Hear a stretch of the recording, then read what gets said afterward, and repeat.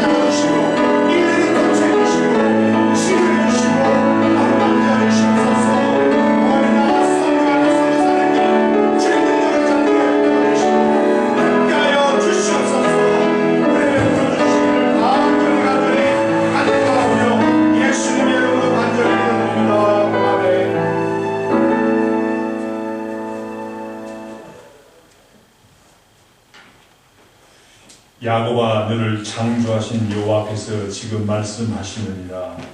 이스라엘아 너를 지으신 이가 말씀하시느니라.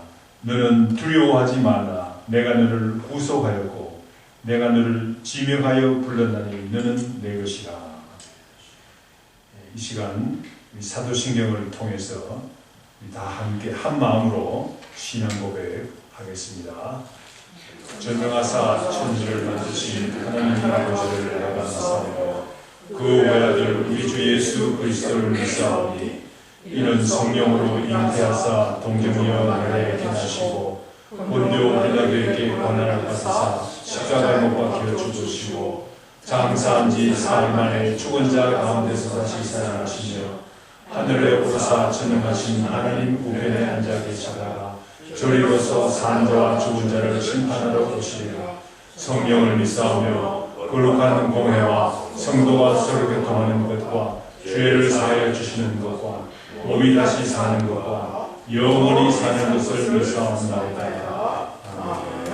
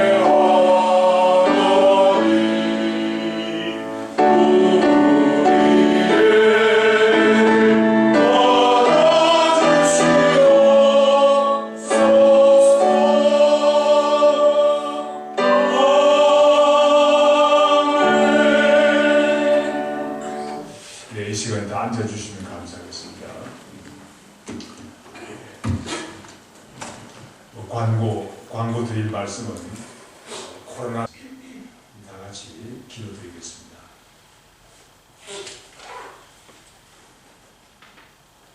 찬양과 영광을 받으시기에 합당하신 하나님 아버지 감사드립니다. 하나밖에 없는 귀한 하나님의 아들로서 또한 이 땅에 오셔서 우리의 모든 사람의 죄를 위해서 십자가에 달려서 고난을 받으신 우리 예수 그리스도 우리 성자 하나님께 또한 무한한 감사를 드립니다. 우리 주님의 은혜와 긍휼과 자비에 대해서 진심으로 감사드립니다. 아버지 하나님 또한 이러한 하늘에 속한 신령한 진리의 말씀을 우리 마음에 깨닫게 하여 주시옵시고 우리 마음에 역사하게 하여 주셔서 감격하게 하여 주신 우리 성령 하나님께 또한 감사와 영광을 돌립니다. 아버지 하나님, 우리 이 시간 우리 새생명 선교교회에서 드리는 이 예배를 기뻐 받아 주시옵시고 이 자리에 참석하신 우리 모든 성도님들 한 분도 빠짐없이 하늘에 속한 신령한 복과 기쁨으로 충만하게 하여 주시옵기를 간절히 기도드립니다. 아버지 하나님, 오늘 예배를 통해서 말씀을 증거하신 우리 목사님에게 영역을 갑절이나 주시옵시고 아버지, 인간의 입술로 말씀을 드리지만 아버지, 그 말씀이 하나님의 말씀이 될 수 있도록 우리 마음에 하나님의 말씀이 될 수 있도록 우리 주님께서 저희들을 주장하여 주시옵기를 간절히 빌고 나옵나이다. 아버지 하나님, 성가대에 영광스러운 찬양을 주님께서 기뻐 받아 주시옵소서. 하늘의 보좌에 상달되어서 하늘의 보좌를 움직이는 귀한 성가대의 찬양이 될 수 있도록 인도하여 주시옵소서. 아버지 하나님, 이 타락한 이 세상에는 정말 어려운 일들이 많습니다. 아버지, 코로나 바이러스로 인해서 많은 사람들이 고통받고 있으며 어려움을 겪고 두려움을 갖고 있습니다. 하나님께서 주시는 이 경고의 음성을 아버지 하나님 듣고 깨닫는 세상이 될 수 있도록 인도하여 주시옵기를 간절히 빌고 원합니다. 하나님께서 그저 이러한 어려움을 주시는 줄 믿지 않습니다. 아버지 하나님께서 뜻하신 바가 있고 아버지 하나님 또한 중국의 하나님의 말씀을 더욱 편만하게 전하고자 하는 하나님의 깊은 뜻이 있을 줄 믿습니다. 하나님의 뜻이 이루어지는 계기가 될 수 있도록 인도하여 주시옵시고 날로 타락해가는 한국 교회를 깨우치기 위한 또한 귀한 경고의 증거인 줄 믿습니다. 한국 백성들이 아직 깨닫지 못하고 있는 가운데 있습니다. 아버지 하나님, 우리 한국을 주님께서 더욱 사랑하여 주시옵시고 한국 교회를 주님께서 사랑하여 주시옵시고 아버지와 함은 다시 한번 믿음을 다시 회복하는 귀한 우리 한국 교회가 될 수 있도록 인도하여 주시옵기를 간절히 빌고 나옵나이다. 아버지 하나님, 그렇게 해서 이 기회가 오히려 위기를 잘 아버지 받들어서 아버지 기회가 되는 계기가 될 수 있도록 인도하여 주시옵시고 아버지 하나님 또한 미국 교회를 새롭게 하고자 하는 하나님의 뜻인 줄 믿습니다. 미국도 아버지 하나님의 뜻이 이루어지는 나라가 될 수 있도록 인도하여 주시옵기를 간절히 빌고 나옵나이다. 우리의 연약한 새생명 선교교회를 붙들어 주시옵시고 아버지 하나님, 어려울 때 더욱 서로 사랑하며 서로 아끼며 서로 위로하며 서로 감사하는 귀한 믿음의 공동체가 될 수 있도록 인도하여 주시옵시고 우리 교회에 소속한 육체적으로 연약한 우리 성도님들 회복시켜 주시옵기를 간절히 빌고 원하옵나이다. 아버지 하나님, 이 코로나 바이러스를 통해서 우리 교회 성도님들 한 분도 아버지 코로나 바이러스에 감염되지 않도록 우리 주님께서 지켜주시옵기를 간절히 빌고 원하옵나이다. 아버지 하나님, 예배를 드리는 처음 시간이 오니 마치는 시간까지 우리 주님께서 아버지 성령님께서 역사하여 주시옵고 은혜가 넘치는 시간이 될 수 있도록 인도하여 주시옵기를 간절히 빌고 원하옵나이다. 이 모든 말씀 예수님 이름 받들어 기도드립니다. 아멘.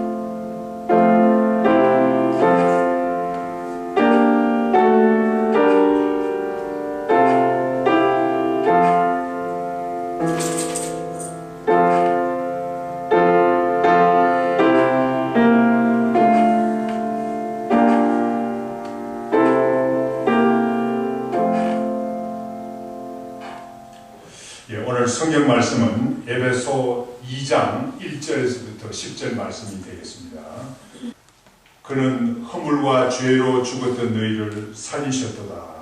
그때 하나님은 원죄 사랑하여 이 세상 소전을 따르고 공중의 세상자를 따랐으니 곧 지금 불순종의 아들의 가운데서 역사하느니라. 전에는 우리도 다 그 가운데서 우리 육체의 욕심을 따라 지내며 육체와 마음에 원하는 것을 하여 다른 이들과 같이 본질상 진노의 자녀였더니 긍휼히 풍성하신 하나님이 우리를 사랑하신 그 큰 사랑을 인하여 허물로 죽은 우리를 그리스도와 함께 살리셨고 너희는 은혜로 구원을 받은 것이라.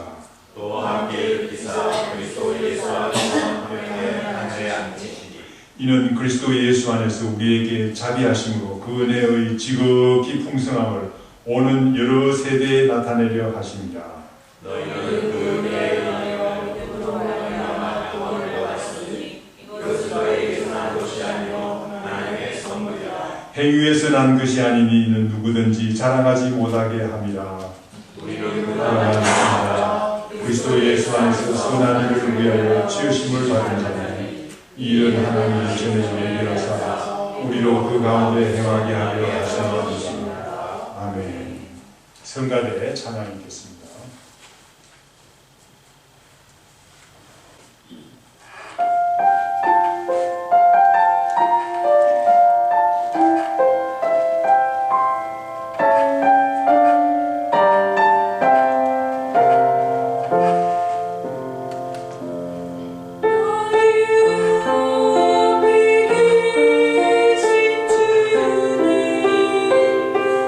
나의 눈동자의 주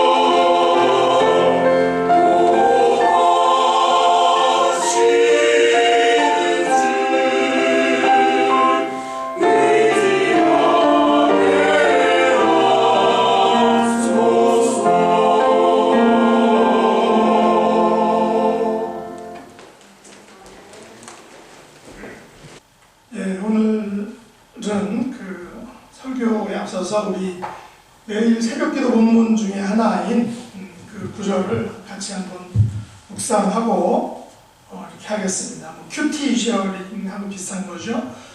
요엘서 위에 거 요엘서 1장인데요. 1장 13절 14절인데 같이 한번 읽어보겠습니다. 제사장들아 너희는 굵은 벼로 누이고 슬피 울지어다. 제단에 수종드는 자들아 너희는 울지어다. 내 하나님께 수종드는 자들아 너희는 와서 굵은 벼를 입고 밤이 새도록 울지어다. 이는 소재와 전쟁을 너희 하나님의 성전에 드리지 못하리로다. 너희는 금식을 정하고 평회를 소집하여 장로들과 그 땅의 모든 주민들을 너희 하나님 여호와의 성전으로 모으고 여호와께 부르짖을지어다.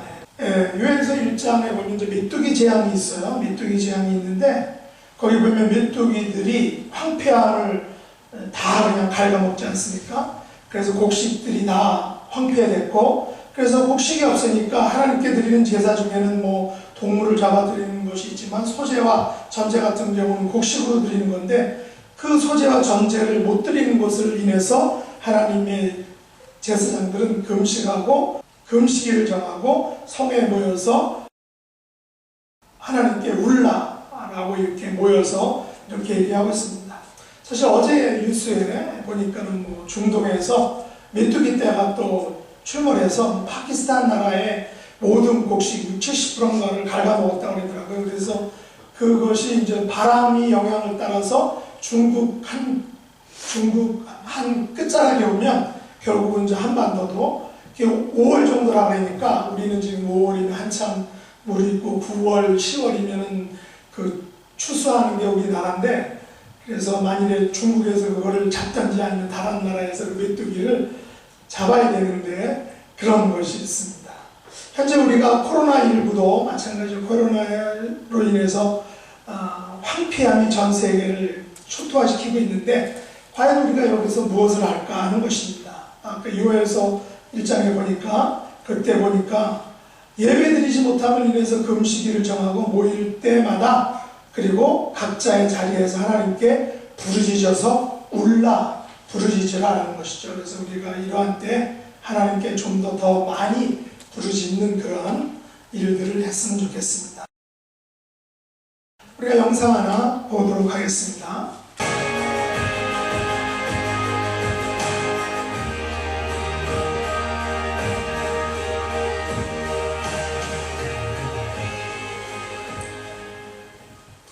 이게 무슨 장면이죠?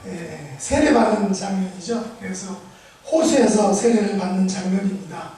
여러분들도 아마 세례를 받으셨을 때 그것이 언제인지 모르지만 어쨌든 기억이 먼 기억이긴 하지만 어쨌든 그 세례 받았을 때 그 감격이 있을 것입니다. 이 영상은 조지아주 애틀란타, 이름이 우리하고 비슷하더라고요. 뉴 라이프 처치인데 작년도 그 세례 영상이 있습니다. 이 영상을 보면서 여러분 어떤 것을 느끼셨습니까? 저는 이런 그 세례를 통해서 위대한 생명운동이다라는 것을 느꼈습니다. 사실 원래는 이 영상보다도 제가 이제는 한국에 있을 때 봤던 그 영상이었는데, 예전에 세례백 교회에서 그 호수에서 그 레이크에서 세례받는 그 영상이 한번 올라온 적이 있었어요. 그래서 그거를 뭐 제가 저장도 하고 이렇게 했는데, 그래서 미국에 이제 유학 왔을 때도 부교육자 사역하면서 설교할 때 그 영상을 한번 보여준 적이 있었는데, 요즘에 세들백 교회가 여러 가지 뭐 정치적으로도 그렇고 뭐 약간 좀 세들백의 원래 한창 좋았던 때와는 다르게 이렇게 퇴색된 느낌이 있어서 오늘 이 영상을 요것으로 바꿨습니다. 우리 교회 이름도 비슷해가지고. 어쨌든 저는 이 세들백 영상을 그때 봤을 때 정말 눈물을 흘렸어요. 이게 정말 사람을 살리는 새로 태어난 그 기쁨이 저런 것이구나 하면서 어떤 것을 느꼈는데, 바로 내가 그리고 우리 교회들이 해야 될 운동이 바로 저런 생명운동이구나, 생명을 살리는 운동이구나. 그래서 죽어가는 영혼이 세례를 통해서 하나님의 백성이 되는 이 신비스러운 모습, 세례는 바로 위대한 생명운동이구나라는 그런 것을 느꼈는데, 우리 교회에서도 이런 생명운동이 좀 더 활발하게 일어날 수 있기를 원합니다. 오늘 함께 나눌 말씀의 제목은 그래서 위대한 생명운동입니다. 원래 생명운동으로 했는데 중간에 잠깐 마음이 바뀌어서 생명운동보다도 함께 하늘에 앉으시니라는 그 구절이 여기 나오거든요. 거기 보면 우리가 예수님과 더불어 함께 하늘에 앉는 그 영광에 대한 것을 거기에 포커스를 맞춰서 한번 메시지를 할까 하다가 다시 원래대로 위대한 생명운동으로 다시 왔습니다. 왜냐하면 새해와 같은 이 위대한 생명운동이 우리에게 있어서 또 개인이나 교회에게 있어서 너무나도 소중한 것이기 때문입니다. 왜냐하면 하나님께서 저와 여러분에게 이러한 위대한 생명운동을 이루셨기 때문입니다. 하나님께서 우리에게 행하신 위대한 생명운동이 과연 무엇일까요? 오늘 본문 4절과 6절 말씀 같이 한번 읽어보면서 찾아보도록 하겠습니다. 4절, 긍휼이 풍성하신 하나님이 우리를 사랑하신 그 큰 사랑을 인하여 허물로 죽은 우리를 살리셨고 너희는 은혜로 구원을 받은 것이라. 또 함께 일으키사 그리스도 예수 안에서 함께 하늘에 앉히시니 라고 이렇게 하고 있죠. 우리가 믿는 하나님은 긍휼이 풍성하신 하나님이죠. 그러면 긍휼이 풍성하시다는 것은 과연 어떤 것일까요? 바로 그것은 우리를 향한 하나님의 사랑이 매우 크다라는 것이죠.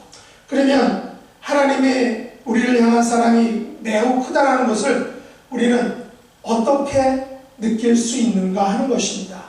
바울은 그래서 오늘 이 에베소서 2장에서 우리에게 하나님의 크신 긍휼 3가지를 말하고 있는데, 첫 번째는 어떤 거냐면 허물로 죽은 우리를 그리스도와 함께 살리셨다라는 것입니다. 십자가를 통해서 우리의 죄를 용서하신 것이죠. 두 번째는 무덤에서 우리를 그리스도와 함께 일으키셨다. 부활의 소망을 갖게 하신 것입니다. 마지막 세 번째는 우리를 그리스도 예수 안에서 함께 하늘에 앉히셨다. 영원한 천국을 선물로 주신 것입니다. 여기서 공통적인 단어가 어떤 것이죠? 함께라는 말입니다. 허물로 죽은 우리를 그리스도와 함께 살리셨고 그리스도와 함께 일으키사 그리스도 예수 안에서 함께 하늘에 앉히셨다라는 것이죠. 우리를 향한 하나님의 사랑은 바로 이 함께 하심의 사랑입니다. 사랑의 속성이 여러 가지가 있겠지만 저는 이 함께하는 것이라고 생각합니다. 왜냐하면 함께하면 외롭지 않고 힘들지 않고 용기가 나고 결국에는 함께하는 것으로 인해서 승리하기 때문이죠. 그래서 하나님께서는 우리를 홀로 있게 하지 않고 우리와 함께 하시는 것입니다. 예수님의 별명도 그래서 임마누엘 아닙니까? 우리와 함께 하시는 그런 분. 그러면 누구와 함께 있게 해주셨나 하는 것입니다. 누구와 함께 살려주셨느냐? 누구와 함께 일으켜주셨느냐? 누구와 함께 하늘에 앉게 해주셨느냐? 바로 그리스도와 함께 살려주시고 그리스도와 함께 일으켜주시고 그리스도와 함께 하늘에 앉게 해주셨다는 것입니다. 그리스도와 함께라면 우리를 죄와 사망에서 살려주실 수 있고 그리스도와 함께라면 우리를 죽음에서 일으켜주실 수 있고 그리스도와 함께라면 우리를 하늘에 넉넉히 앉혀주실 수 있다는 것입니다. 에베소 2장은 그리스도 안에서 우리의 어떤 그 영적인 위치에 대해서 아주 잘 알려주고 있습니다. 다시 한번 우리가 2장 5절과 6절 다시 읽어볼까요? 다시 한번 읽어볼까요? 2장 5절과 6절 허물로 죽은 우리를 그리스도와 함께 살리셨고 너희는 은혜로 구원을 받은 것이라. 또 함께 일으키사 그리스도 예수 안에서 함께 하늘에 앉히시니. 무슨 말입니까? 그리스도 안에서 새로 난 사람은 죽음의 자리에서 생명의 자리로 이미 옮겨졌다는 것입니다. 우리가 예수님을 믿는다는 것은 이것을 분명히 알고 믿는다는 것입니다. 우리가 예수님을 영접했다는 것은 내가 예수님의 십자가와 함께 죽었다는 것을 의미합니다. 또 내가 예수님과 함께 살리심을 받았다, 부활했다라는 것을 의미하고, 또 내가 예수님과 함께 하나님 우편에 함께 앉게 될 것이다 라는 약속을 포함하고 있다는 것입니다. 저와 여러분은 이미 예수 그리스도를 믿고 있죠. 또 그분을 영접했습니다. 그래서 우리는 이 세 가지 모두를 이미 소유하고 있다는 것입니다. 우리는 그리스도와 함께 죽었고, 우리는 그리스도와 함께 살았고, 우리는 그리스도와 함께 하늘에 앉히심을 받는 그런 축복의 사람들이라는 것입니다. 그런데 오늘 말씀은 우리에게 크게 두 가지를 알려주는데, 한 가지는 우리 인간의 모습이고 다른 한 가지는 하나님의 은혜의 모습입니다. 먼저 인간의 모습은 어떤 것입니까? 성경은 세상의 모든 사람들은 그들의 허물과 죄로 이미 죽었다라고 선언하죠. 한번 오늘 본문 1절 말씀 한번 보겠습니다. 1절 같이 한번 보죠. 그는 허물과 죄로 죽었던 너희를 살리셨도다. 여기서 우리가 허물과 죄로 죽었다는 의미가 어떤 것입니까? 죽었다는 것은 영적으로 죽었다는 거죠. 영적으로 죽은 인간은 하나님의 눈에서 벗어나 사는 사람들입니다. 하나님과 교제하지 않는 사람들이죠. 허물이라는 그 말의 의미는 어떤 것이냐면, 어떤 사람이 이 경계가 되는 울타리를 넘어서 남의 땅에 침입한 것, 그것이 허물이라는 것입니다. 원래의 길을 벗어나서 잘못된 길을 한참 헤매고 다니는 것, 이것이 허물이라는 거죠. 그래서 허물은 울타리를 넘고 원래의 길에서 한참 벗어나서 헤매고 다니는 것이 바로 허물이 가지고 있는 이미지입니다. 또 성경이 말하는 죄의 이미지는 어떤 것일까요? 여러분이 몇 번 알고 있을 것인데, 어떤 병사가 관역을 향해서 화살을 당겼는데, 힘차게 당겼는데 10번의 화살을 당겼는데 10번 모두 관역에서 다 벗어나서 엉뚱한 것으로 빗나간 것입니다. 그래서 이 죄라는 것은 하나님의 뜻과 의도에서 벗어나서 엉뚱한 곳을 향해서 나가는 것, 이것이 바로 죄라는 것이죠. 성경은 이런 인간의 모습에 대해서 아주 분명하고 단호하게 우리에게 말해주는데, 로마서 3장과 5장 말씀 한번 같이 보겠습니다. 모든 사람이 죄를 범하였음에 하나님의 영광에 이르지 못하더니, 그러므로 한 사람으로 말미암아 죄가 세상에 들어오고 죄로 말미암아 이와 같이 모든 사람이 죄를 지었으므로 사망이 모든 사람에게 이르렀느니라. 하나님의 영광에 이르지 못했다는 것은 하나님의 생각하는 기준에 미치지 못했다는 거죠. 천국에 갈 수 없다는 것입니다. 그 자격이 미달됐다는 것입니다. 직설적으로 말하면 지옥밖에 갈 곳이 없다는 거죠. 이것을 법적으로 말하면 사망에 이르렀다, 사망 선고가 내려졌다, 이미 죽었다는 말입니다. 그래서 그들에게 남아있는 것은 오직 죽음의 길뿐입니다. 어떻게 말하면 지옥행뿐이죠. 바울은 오늘 본문에서 인간은 이 삼중의 재난에, 환난에 직면해 있다라고 이야기를 하고 있는데, 1절에 보면 인간은 죄 때문에 죽었다라고 말하고, 2절과 3절 상반절에 보면 인간은 죄의 노예가 됐다고 말하고, 3절 하반절에는 인간은 진노의 자녀가 되었다, 진노에 직면하게 됐다라고 말합니다. 바울은 인간이 이 죄의 노예가 되었다는 것이죠. 그리고 이런 인간은 세상과 공중 권세 잡은 자와 육체라는 그 삼중의 세력에 의해서 둘러싸여 있는 절망적인 존재다라고 이야기합니다. 이 죽은 사람들의 모습은 어떤 모습일까요? 오늘 본문 2절 한번 보시죠. 2절에 보시면, 그때 너희는 그 가운데서 행하여 이 세상 풍조를 따르고 공중의 권세 잡은 자를 따랐으니 곧 지금 불순종의 아들들 가운데에서 역사하는 영이라 라고 말하죠. 이들은 세상의 풍조를 따르고 공중의 권세 잡은 자를 따르는 사람들이다. 이 세상의 풍조 혹은 풍선은 어떤 풍속은 어떤 것입니까? 문자적으로는 2세대 세상을 따라 사는 것인데, 우리가 아는 이 세상의 풍속은 사실 하나님께 대해서 적대적인 가치관을 가지고 있습니다. 그래서 하나님께 대해서 반역적인 관점을 가지고 모든 세상의 시스템을 만들려고 하는 것, 이것이 이 세상의 가치관입니다. 이 세상의 풍속이라는 거죠. 그리고 이 세상의 풍조를 따른다는 것은 그래서 예수 그리스도에 반하는 그런 이데올로기나 풍조를 따라서 사는 것을 말합니다. 이들은 육신으로 오신 예수님을 인정하지 않습니다. 또 예수님의 하나님 되심도 인정하지 않습니다. 예수님의 구속사역을 부정합니다. 이들은 예수님 없이 살 수 있다고 말합니다. 예수님 없이도 구원받을 수 있다고 말합니다. 이 모든 세상의 사조들을 가리켜서 성경에서는 이 세상의 풍조를 따랐다라고 이렇게 말합니다. 또 이 세상의 풍조를 따랐다는 것은 하나님의 뜻을 따르지 않고 자기 욕심과 혹은 물질적인 가치에 집착하는 것을 말합니다. 여기서 세상은 어떤 세상입니까? 바로 하나님이 없는 세상, 예수님이 없는 세상입니다.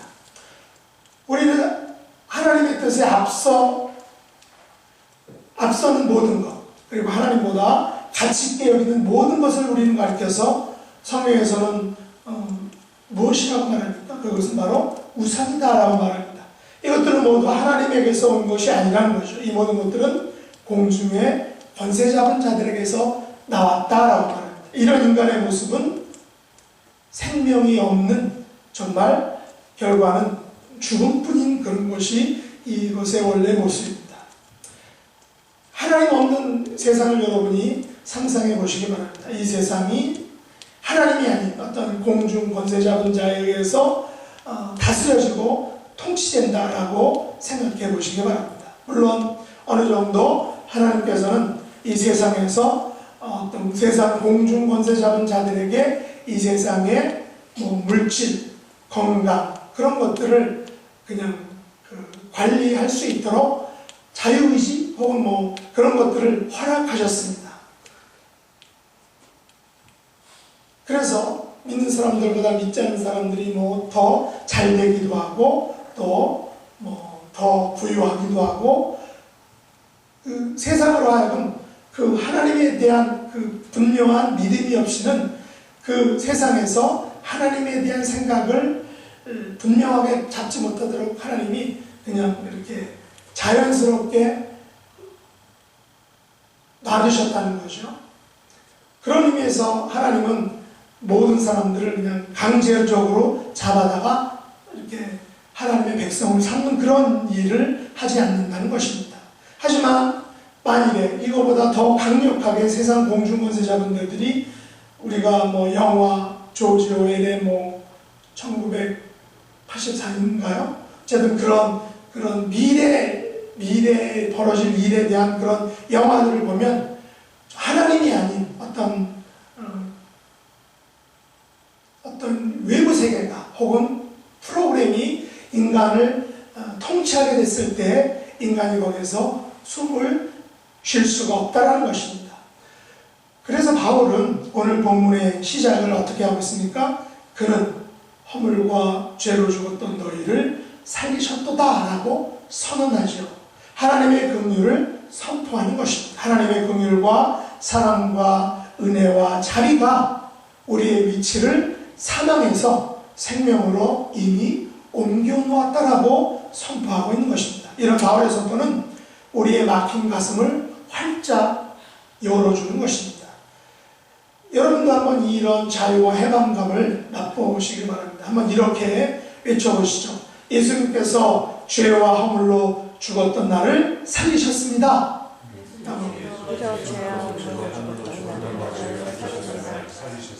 좀 길어서 어쨌든 이거 우리는 그거를 머릿속으로는 알고 있어요.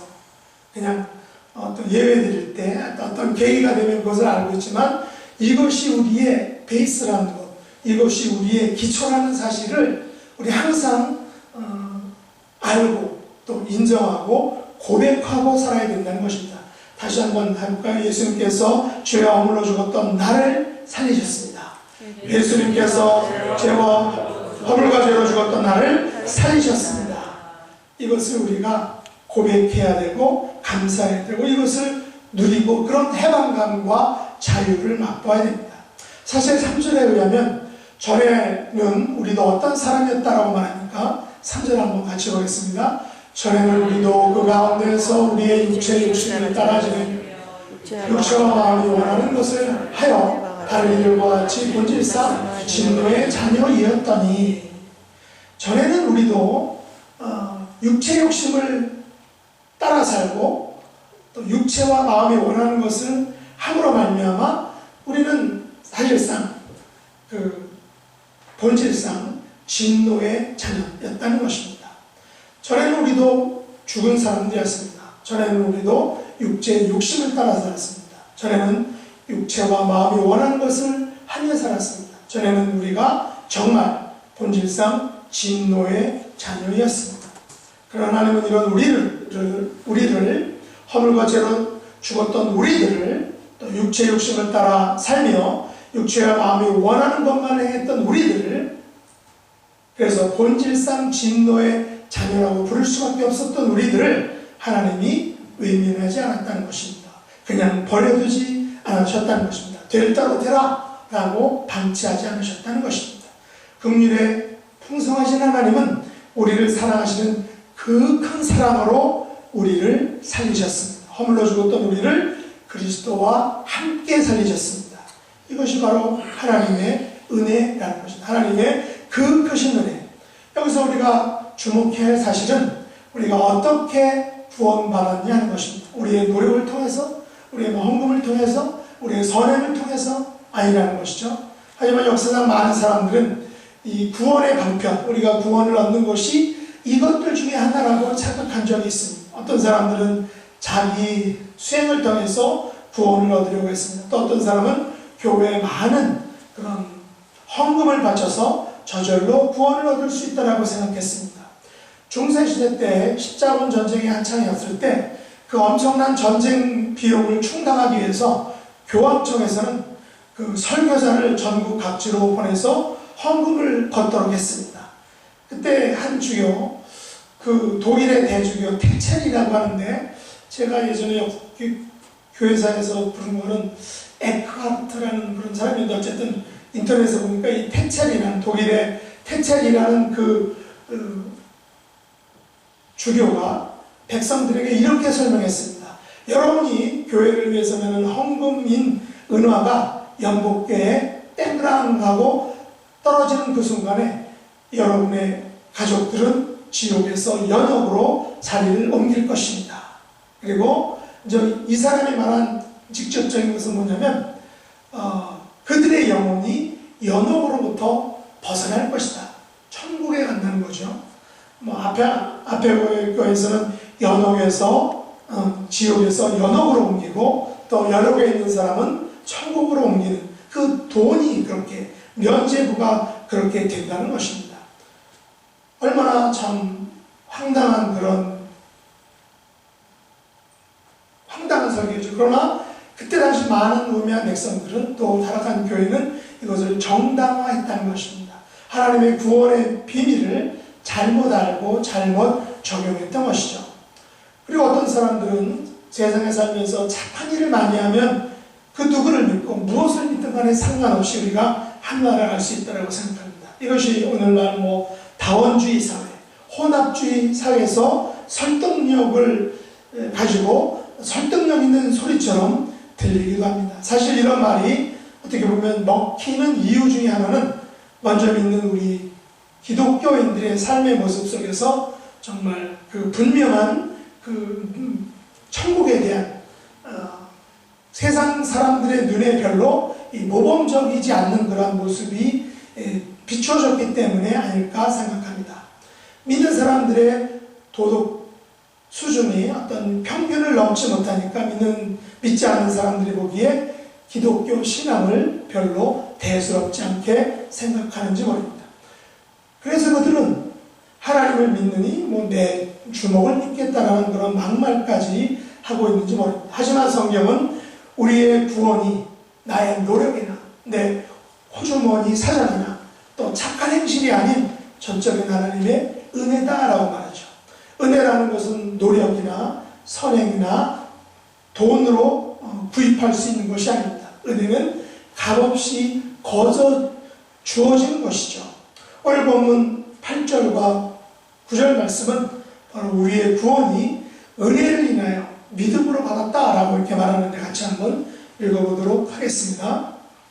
너희는 그 은혜를 인하여 믿음으로 말미암아 구원을 받았으니 이것은 너희에게서 난 것이 아니요 하나님의 선물이라.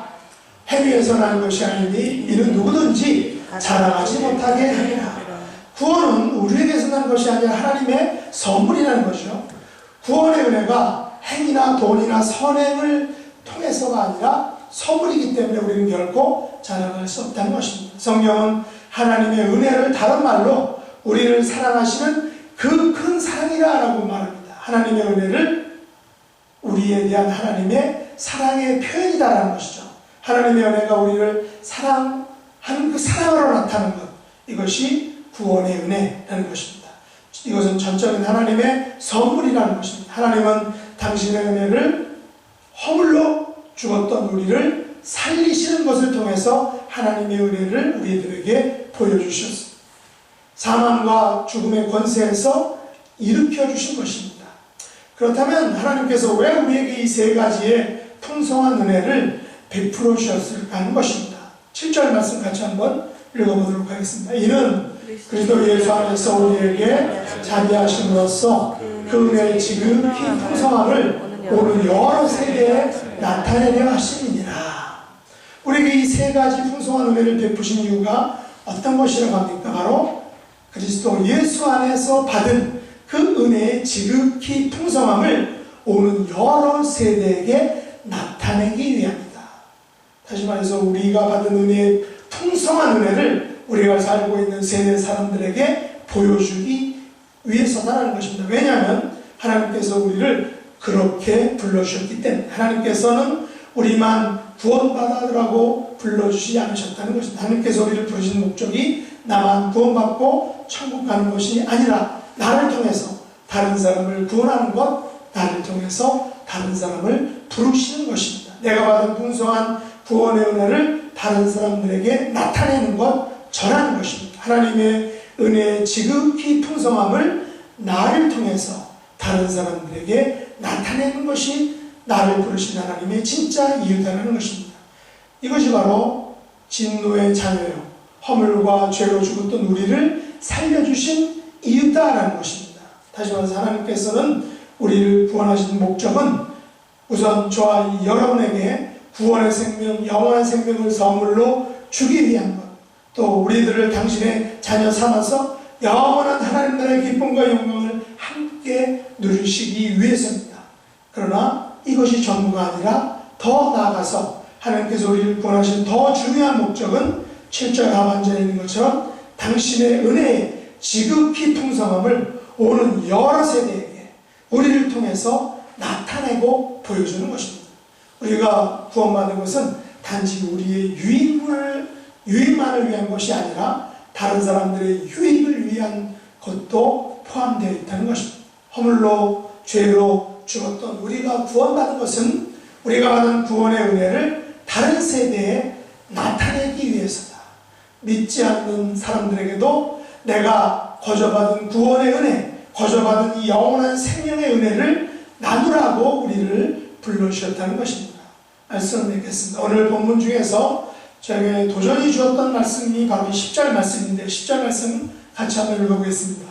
우리는 그가 만드신 바라 그리스도 예수 안에서 선한 일을 위하여 지으심을 받은 자니 이 일은 하나님이 저를 예비하사 우리도 그 안에서 행하게 하려 하심이니라. 허물과 죄로 죽었던 우리, 본질상 진노의 자녀였던 우리를 살리시고 구원하신 하나님은 이제 다시 살아난 저와 여러분에게 간절히 바라시는 것이 있다는 것입니다. 그것이 어떤 것입니까? 바로 우리가 하나님의 만드신 바처럼 사는 것입니다. 하나님 저와 여러분을 예수 그리스도 안에서 선한 일을 위하여 창조하셨습니다. 선한 일을 위하여 만드셨습니다. 이 선한 일을 위하여 저와 여러분을 이 땅에 보내주셨고 믿음으로 말미암아 은혜로 구원해 주셨습니다. 하나님이 우리에게 원하시는 선한 일이 무엇일까요? 우리처럼 허물과 죄로 죽었던 영혼들, 본질상 진노의 자녀들, 아직도 주님을 모르고 죽어가는 그 불쌍한 사람들에게 구원의 은혜를 나타내는 것입니다. 긍휼에 풍성하신 그 하나님의 그 크신 사랑을 그들에게도 전하라는 것입니다. 허물과 죄로 인하여 영원한 지옥의 형벌을 받게 될 사람들을 다시 살려내라는 것입니다. 구원이 하나님의 선물임을 알고 구원의 잔치에 그들과 함께 참여하라라는 것입니다. 이 땅에 우리가 왜 존재하고 이 땅에 교회가 왜 존재하는 것입니까? 바로 지금도 예수 그리스도를 모른 채 자신들의 허물과 죄로 그 죽어있는 그 상태 그대로 살아가는 그 사람들을 살려내라는 것입니다. 자신들이 이미 죽은 존재이며 앞으로 예수님을 믿지 않으면 영원히 죽은 상태로 그대로 영원을 살게 된다는 그 사실조차 모르고 이 세상의 풍성을 쫓고 공중의 권세 잡은 자를 따르고 육체 욕심을 따라 살아가는 그 불쌍한 영혼들을 살리라라는 것입니다. 이것이 바로 저와 여러분이 이 땅에 남아있는 진정한 이유라는 것입니다. 이것을 위해서 하나님은 저와 여러분을 이 땅에 보내주신 것입니다. 이것이 우리 새생명 선교교회가 이 땅에 존재하는 이유입니다. 저와 여러분은 하나님의 만드신 받은 자들입니다. 하나님의 선한 일을 위해서 지으심을 받은 자들입니다. 더욱 놀라운 사실을 알려드리겠습니다. 6절 하반절 말씀 보면 바울은 우리가 어떤 존재인지 알려주는데 또 함께 일으키사 그리스도 예수 안에서 함께 하늘에 앉히셨다라고 말합니다. 저와 여러분이 어떤 존재라고요? 바로 예수 그리스도 안에서 함께 하늘에 앉혀진 자들이다. 그 미주리주에 있는 세인트 루이스에 조이스 마이어라는 그 여자 목사님이 있습니다. 그 목사님이 요 본문에 대해서 요 6절 하반절에 대해서 하늘에 앉으시니라는 것을 어떻게 확대 해석했냐면 영어로다가 joint sitting with him 이라고 이렇게 확대 해석을 했는데 어떤 것이냐면 예수님과 함께 옆에 나란히 앉아 있는 것입니다. 예수님과 나의 의자가 연결되어 있고 예수님 옆에 내가 앉아 있다는 것이죠. 물론 우리가 예수님과 동급은 절대 아닙니다. 그러나 분명한 사실은 우리도 예수님과 함께 예수님 옆에 앉아있는 영광을 누릴 수 있는 자들이다라는 것입니다. 우리도 죽어간 한 영혼, 한 생명을 내 목숨처럼 소중하게 여기고 불쌍하게 여기고 그들을 살리고 일으키는 이 위대한 생명운동에 열심을 내고 동참하는 그런 저와 여러분 될 수 있기를 원합니다. 이것이 하나님께서 저와 여러분을 만드신 이유입니다. 창조하신 이유입니다. 이것이 그리스도 예수 안에서 선한 일을 위하여 지으심을 받은 저와 여러분의 사명이라는 것입니다. 이 위대한 생명운동에 참여하는 저와 여러분들에게 하나님께서는 예수님과 함께 예수님 바로 옆에 앉게 해주시는 은혜와 영광을 이미 허락해 주셨다는 것입니다. 예수 그리스도 안에서 함께 하늘에 앉으심을 받는 그런 저와 여러분이 될 수 있기를 예수님의 이름으로 축복합니다. 기도하겠습니다. 하나님 아버지, 허물로 죽었던 저희들을 살려주시고 또 은혜로 구원해 주신 것을 감사드립니다. 죄로 죽었던 저희들을 예수 그리스도와 함께 살려주시고 예수 그리스도와 함께 일으켜주시고 또 예수 그리스도와 함께 하늘에 앉혀주신 것을 인해서 감사를 드립니다. 이처럼 우리들에게 자비와 은혜의 지극히 풍성함을 맛보게 해주신 것을 감사합니다. 하나님께서 우리를 만드신 이유는 예수 그리스도 안에서 얻은 이 은혜의 지극히 풍성함을 우리 여러 세대에게 알리고 나타내라고 말씀하셨사오니 이 귀하고 값진 사역을 온전히 감당하는 하나님의 존귀한 백성들이 될 수 있도록 은총 베풀어 주옵소서. 예수님의 이름으로 간절히 기도드렸나이다. 아멘.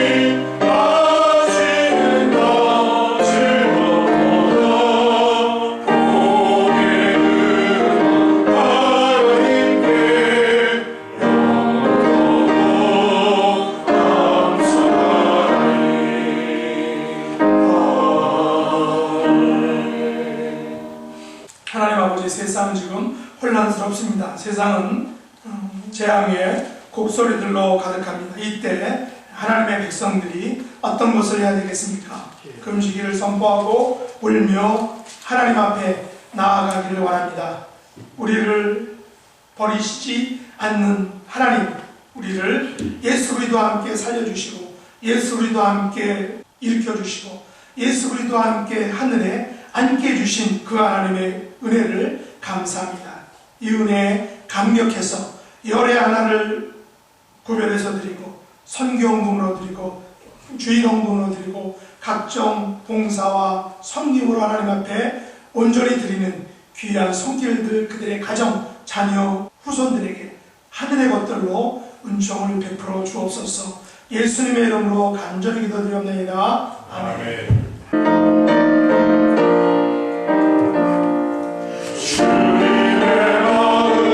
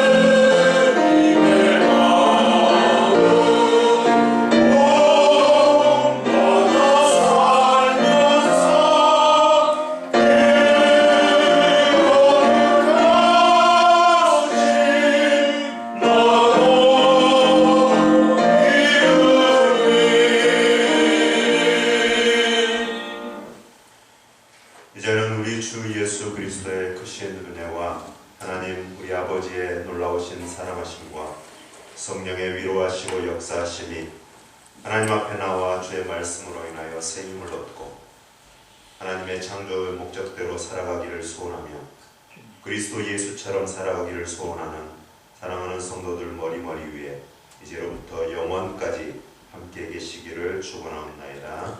아멘.